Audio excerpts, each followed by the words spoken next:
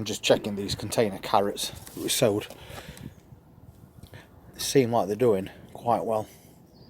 We can see it start. There's some carrots down there. They've got quite a while to go, but they are getting there. Just make sure we keep those tops covered up. And these can stay outside for the moment because we've just set up an even bigger container in greenhouse. And those are the Florence red onions that we've done. Had a bit of a battering by wind, but it'll not bother these. They're really coming along, those. And we've got more French beans to harvest from these dwarf plants. Brilliant, there's loads on there. On them all really. So we can get a little harvest French beans today.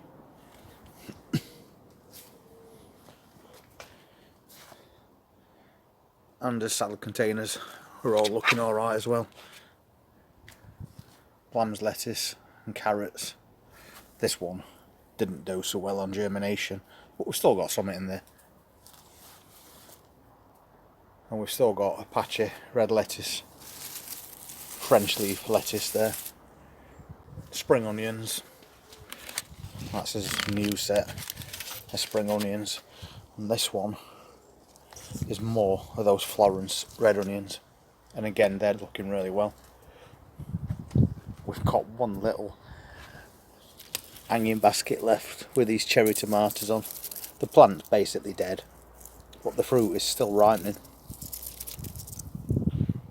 Lovely little cherry tomatoes. That's done well in just a 12-inch basket. That's a second container of lamb's lettuce as well. I've got a little mixture there, carrots and beet leaves. Then we've got us pepper. That is just starting to ripen, so we'll leave that be for a while. But we have got plenty more salads over here. Little gem, baby spinach. That's some new little gems that we started, and a fresh container of French salad leaf. And some more microgreens. That's radish, French breakfast. And that is another set of spring onions that we've got on go. Ishikura, those ones. And they're looking really healthy. And another tray of microgreens. And that's the mixed cabbage one that we did. Regular cabbage and red cabbage. And we've grew them on just a piece of paper towel. But they're still doing alright. We have got other things happening in the garden. I've took all that framework down, got rid of those tomatoes, and I've now started taking up these hoop tunnels. I've got other plans between now and next year, so all these hoop tunnels have been removed. I'll salvage what I can at compost, and we'll get this area all tidied up. I've left one hoop tunnel up because we've still got Savoy cabbages in there, and then that's where another hoop tunnel were. And I think you'll agree they definitely needed weeding anyway. And that's the raised beds that I took from there, and I might actually double these raised beds up for next year. Instead of having 4 shallow ones, I'll have 2 deeper ones. And I've also reduced this hoop tunnel down a bit.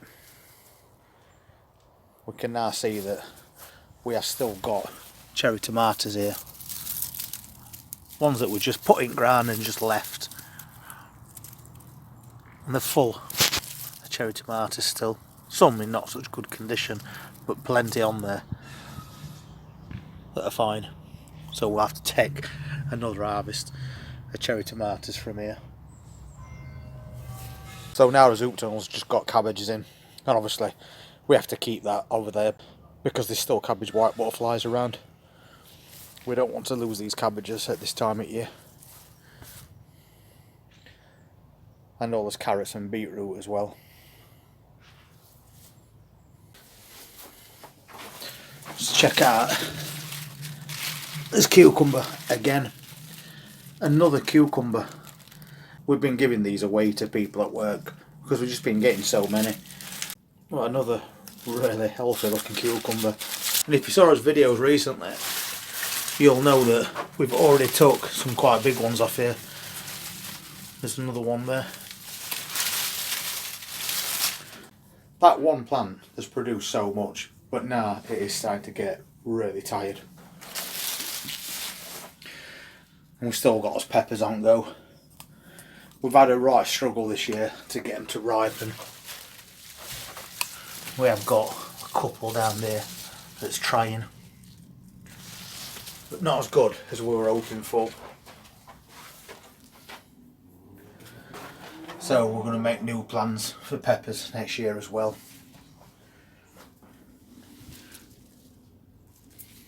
Just to try and guarantee us getting something. And I've started collecting up all these empty containers that we've been using since spring. I'll just put them under the shelter so they dry out. I don't want them rotting, along with all these canes as well. And there's a few more containers there, and some compost that we've been saving. Just keeping everything away from elements for a while. So today the garden is looking quite a bit different, but we've still got a lot more things to do yet. And that's those tomatoes that we cut back a few days ago and exposed them to more sunlight. And now you can see we've already got another harvest to do. Thanks to that extra bit of light, nearly all of them are starting to ripen now. We've still kept that butternut squash going, although I am now thinking about getting rid, because the fruit that's on it is just starting to shrivel up. So it seems like it's a bit of a waste of time, and I can definitely use that bench space for something else that's actually going to produce something we can harvest. And I'm just waiting on the last of these Italian plum tomatoes to ripen. We have still got quite a lot on these plants, and the big sizes as well. So definitely some more homemade Italian sauce to come. So today's one of those days where we're just looking around garden and starting to make changes to it, for more reasons than one, which we'll go into when that time's right. For now, I'm just cutting back a lot on the things that's outside. We're concentrating a lot more over the next few months on container growing, because at least we can offer better protection from elements if we grow things in containers and we put them in greenhouses, or we could put them outside with the opportunity to move them indoors if needs be. We've still got things that we can harvest. We've got plenty of things out there that's growing on that will be ready for late autumn, and some things that won't be ready until spring. So we've got a real mixture of things going on, and we're still sowing seeds as well for little bits and bobs of vegetables that we're going to prick out and move on. And we'll be taking smaller harvests from certain things rather than waiting for plants to reach maturity. Plus, while we're doing all this, we are still doing quite a few things on our cooking channel, and we've just done one video today, and it's homemade butter. You'd be surprised at just how easy it is to make your own butter. You only need one ingredient and about 10 minutes of your time, and then you can make yourself up a 300 gram block of butter, and it's got no additives in it. All you've got in there is what you're putting in. You don't even need to put salt in it. But that video has just gone on the cooking channel as well, so if you're part of a cooking channel, it might be something you want to have a look at. There's a link in the description to a cooking channel, and I'll leave a link at the end of this video to that butter video, and I'll just pop it on screen down here so you can click on that and go straight to that particular video. So I'm still making plans. I'm going to go through seeds and containers. I've got lots more things in that garden that I want to sort out today, and if you want to see what them plans are and why we're doing it for the long term, then please hit that subscribe button, press that notifications bell, and I look forward to seeing you soon. Take care.